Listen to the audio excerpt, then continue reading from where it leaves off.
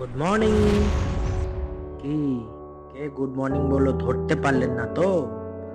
আরে এই যে আমি হাতের তালুতে রাখা রসুনটা, আমার কার্যকারিতা আপনারা নিশ্চয়ই জানেন। আর যারা জানেন না তারা আমার কার্যকারিতা জানতে পারলে একটু অবাকই হবেন। আজ না হয় সেসব কথা থাক। আজ থেকে প্রায় মাসখানেক আগে আমাকে নিয়ে যে গল্পটা শুরু হয়েছিল, আজ সেই গল্পের পরে কি হলো সেটাই আপনাদেরকে বলতে এসেছি। তো চলুন শুরু করা যাক।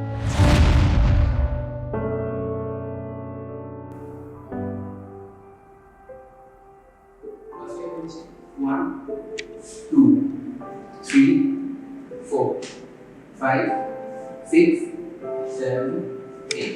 Yes. Next step five. One, two. Yeah, jump করো।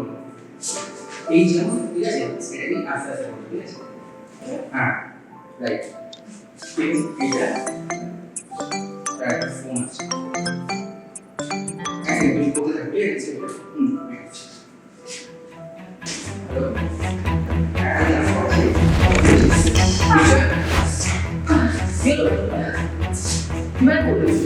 পেটে প্রচন্ড ব্যথা করছিল, মোচড় দিচ্ছিল, ডিসব্যালেন্স থেকে পড়ে গেছি। তুমি বুঝতে পারছো? দেখো দাদা তুমি বসে করার চেষ্টা করবো না, আমি আইস প্যাকটা জল নিয়ে আসছি।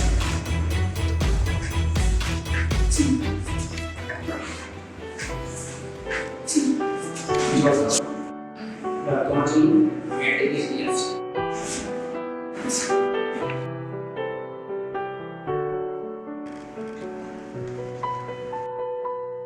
এই নাও, তুমি ডার্ক চকলেটটা খাও, এটা পিরিয়ডের জন্য খুব এফেক্টিভ।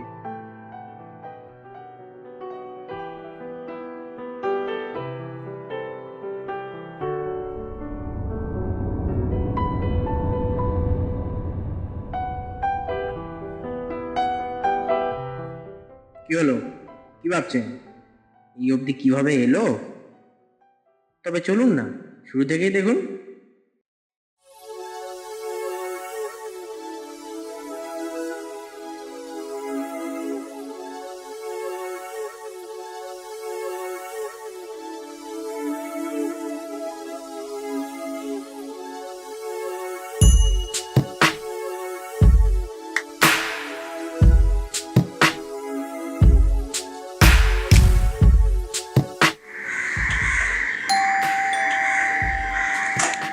Hello aunty. হ্যাঁ বলো।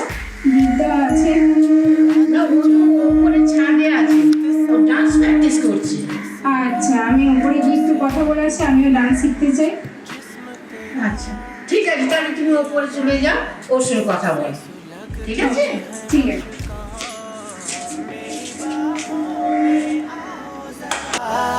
मेरी धड़कन में समाओ जरा, मेरी उल्फत में बिखर जाओ, चलने दो बहकने दो, ये मचलती रागिनी जैसे तेरी अदा, जज्बात की ये मस्तियाँ तेरा ही है नशा। আচ্ছা রূপসা রয়। হাই রূপসা। সো আমার বাড়ির অ্যাড্রেসটা আপনি ছিলেন কি করে? আমি আপনার ডান্স একাডেমি ওখানে গেছিলাম, ওখান থেকেই বাড়ির অ্যাড্রেস দিয়েছি। ওকে, আই সি। সো আমাদের এখানে hip hop, jazz, contemporary, salsa, আরও বিভিন্ন রকম স্টাইল শেখানো হয়, ঠিক আছে? তো আপনি কোন ডান্সটা শিখবেন, মানে আই থিঙ্ক আপনি কোন স্টাইলটা ইন্টারেস্টেড বেশি? আমি hip hop. Hip hop. Down, down, down, all night long, long, long, and turn you on, on, on. चढ़ने दो ये नशा.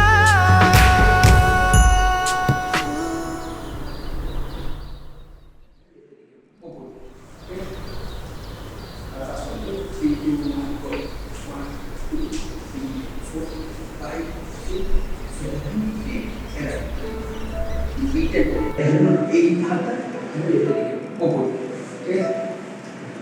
আর ফার্স্ট করতে 3 2 1 গো। 1 2 3 4 5 6 7 8 এরা beat it, beat up, beat up. Yes. Next move. You want to go. Okay. And balance. Balance. Balance. Yes. So, এটা করার আগে first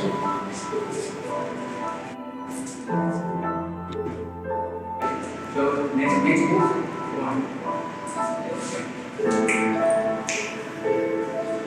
So go and fast. 1, 2, 3, 4, 5.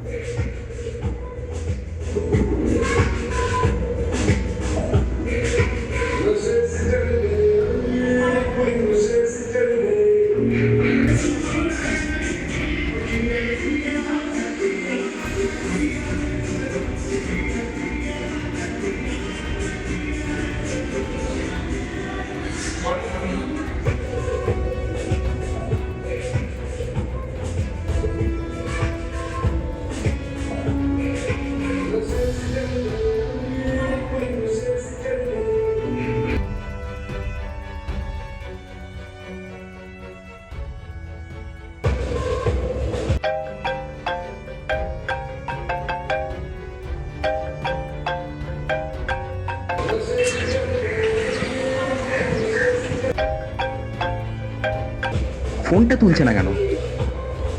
আড়াইটে বেজে গেল এখন অবধি।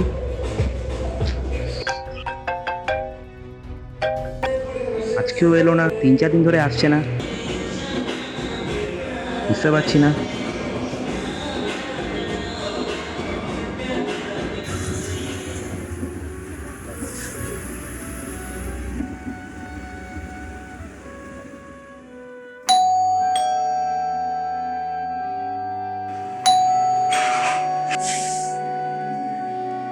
রুকসা, কি হয়েছে তোমার?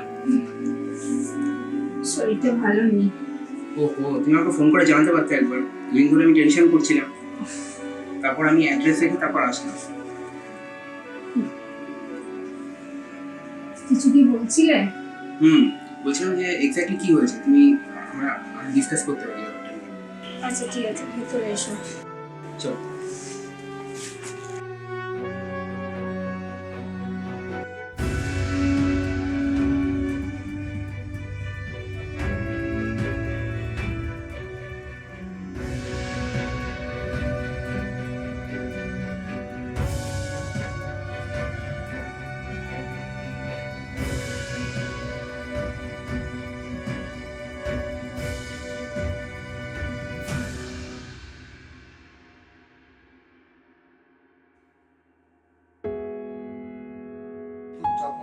ভাত তো হয়েই গেছে, এখন ওটাকে ঠান্ডা করতে হবে। হ্যাঁ এই শেষ হলো অনলাইন ক্লাস। হ্যাঁ, তো যেটা বলছিলাম আর কি, বাবা মা কিন্তু তোমরা দুজনেই আছো, তো একটা কথা অনেকদিন ধরেই ভাবছিলাম বলবো, যে আমি একজনকে খুব ভালোবাসি, তার নাম রূপসা। তো অ্যাকচুয়ালি ব্যাপারটা হচ্ছে যে যেরকম তোমরা পরে জানতে পেরেছো যে আমারও একটা রোগ ছিল, যেটা থেকে আমি আস্তে আস্তে রিকভার করছি। ওরও একটা রোগ আছে। আমি চাই আমি ওকে বিয়ে করবো, যাতে আমি ওর পাশে থেকে ওর রোগটা থেকে আমি ওকে পার করে দিতে পারি। তাহলে তুমি ওকে একদিন এখানে নিয়ে আসো, ঠিক আমরা আছে, দেখবো। নিয়ে আসবো। তোমার বাবাও দেখবে, আমিও দেখবো, ঠিক আছে? ঠিক আছে, তাহলে আমি একদিন ওকে বলে দেবো, ওকে নিয়ে আসবো আমি। ঠিক আছে, নিয়ে এসো একদিন, তুমি তাহলে দেখবো, আমাদের সঙ্গে কথাবার্তা হবে, দেখাশোনা হবে, তার ব্যাপারটা আমরা হৃদয় দিয়ে বিচার করব, চিন্তা করব, কত কি তার জন্য এগোনো যায়, পিছনো যায়। আমরা একটু চিন্তা ভাবনা করবো, দেখবো, অন্য কোনো ব্যাপার নেই। ব্যাপারটা তুমি যখন চিন্তা করেছো, ব্যাপারটা হবে, বুঝতে পেরেছো? কিন্তু কথা হলো আমরা একটু দেখতে চাই। থ্যাংক ইউ বাবা, থ্যাংক ইউ মা।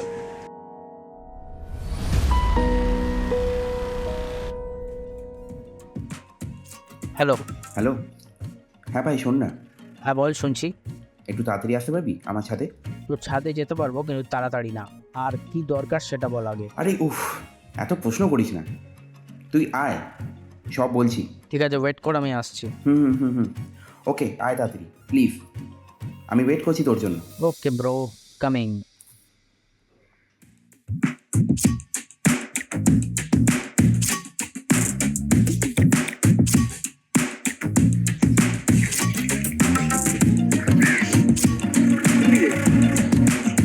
কি হয়েছে, আবার ডাকলি কেন? ভাই, আমি একটা সিদ্ধান্ত নিয়েছি। বল দেখি কি সিদ্ধান্ত নিয়েছিস। সেটা হচ্ছে, আমি দেখলাম ভাই, আমি যে পরিস্থিতির মধ্যে দিয়ে যাচ্ছিলাম এতদিন, তোকে বলেছিলাম, ঠিক সেম পরিস্থিতির মধ্যে দিয়ে আমার একটা ছাত্রীও যাচ্ছে। সেটা তোর আগের একটা ছাত্রীর সঙ্গে এরকম শুনেছি। যাই হোক, বল কি হয়েছে। না, এর সাথে ব্যাপারটা অন্য, ঠিক আছে। আর এই ব্যাপারটাকে দেখে আমার এত কষ্ট লাগছে, এত মায়া লাগছে যে আমি বুঝতে পারছি না আমি কি করব, আর আমার কি করা উচিত, আমি কি বলবো। কি মানে ব্যাপারটা কি, আমাকে একটুখানি খুলে বলবি? তাহলে আমি তোকে কিছু সাজেস্ট করতে পারি, খুলে বল। ব্যাপারটা হচ্ছে, ওরও একটা প্রবলেম আছে, ঠিক আছে, যেটা আমি বুঝতে পেরেছি আর কি। মেয়েদের যে প্রবলেমটা হয়, আমার মনে হয় এবার আমি ওকে বিয়ের প্রপোজালটা দিই। দেখ, আমার মনে হয় এখানে ভয় পাওয়ার কিছু নেই। ফার্স্ট স্টেপটা কাউকে না কাউকে তো নিতে হয়, সেটা তুই না। ঠিকই বলেছিস।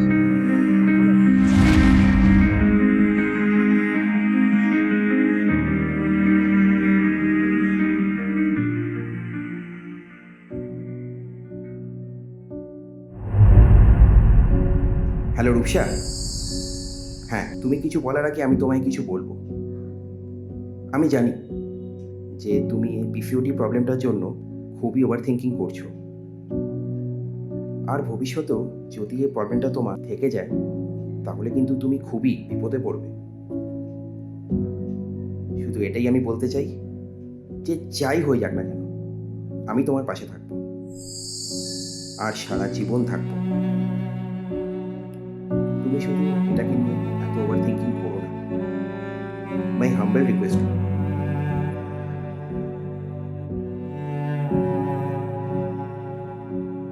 পৃথিবীতে যেখানে ভালোবাসার সব বাধা পেরিয়ে যাওয়া উচিত, সেখানে মেয়েরা নীরবে এক লুকোনো অসুস্থতার সাথে যুদ্ধ করে চলেছে।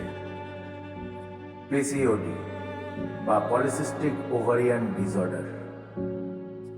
এটা শুধু শারীরিক সমস্যা নয়, এটা তাদের প্রতিদিনের লড়াই, যা তিলে তিলে তাদের ইচ্ছা ও স্বপ্নের উপর দাগ কেটে দেয়। আর এই সময় যদি তাদের প্রিয়জনেরা তাদের পরিবারের প্রভাবে রূপসার মতো অসহায় মেয়েদের হাত মাঝপথে ছেড়ে দেয়, তখন তাদের হৃদয় আরো বেশি ভেঙে যায়। আমাদের সমাজে আরো দ্বীপের মতো পরিবারের প্রয়োজন, যারা তাদের সন্তানকে সামাজিকভাবে শিক্ষিত করবে এবং নিঃস্বার্থভাবে ভালোবাসতে শেখাবে।